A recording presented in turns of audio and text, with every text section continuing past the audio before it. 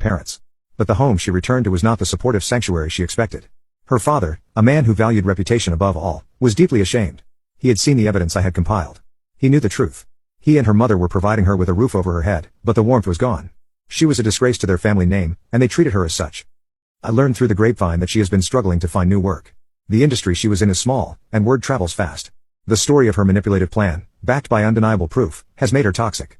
She is paying a long-term price for a short-sighted scheme. The final and most satisfying piece of this entire saga happened about 2 months ago.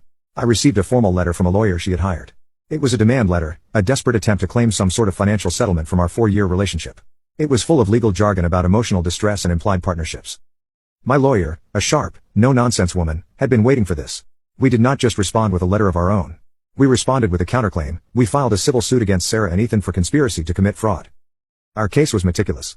We had the audio recordings of them planning to use my income to support him. We had the financial records showing the money from our joint account being spent on him. We had Ethan's text messages demanding I send Sarah money. We even had a sworn affidavit from their former landlord about the nature of their tenancy and their conversations with him. The lawsuit was not about winning money.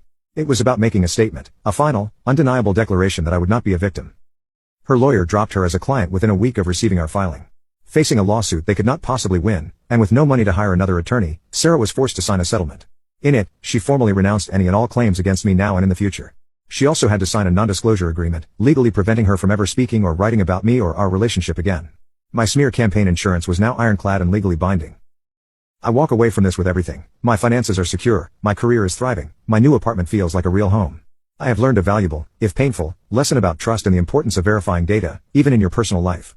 The job in Europe was, of course, a complete fabrication, a strategic maneuver designed to force her hand. I never intended to leave. Why would I? I had a front row seat to the most satisfying system collapse I have ever witnessed. They thought they were clever. They saw me as a stable, predictable, and exploitable resource. They failed to understand that the most stable systems are often the most complex, and the quietest parts are the ones that control everything. They wanted to play a game of chess, but they were playing against a grandmaster who had already seen every possible move they could make. They did not just lose, they were dismantled. And my life is quieter, cleaner, and better for it. The storm is over. The silence that remains is peace.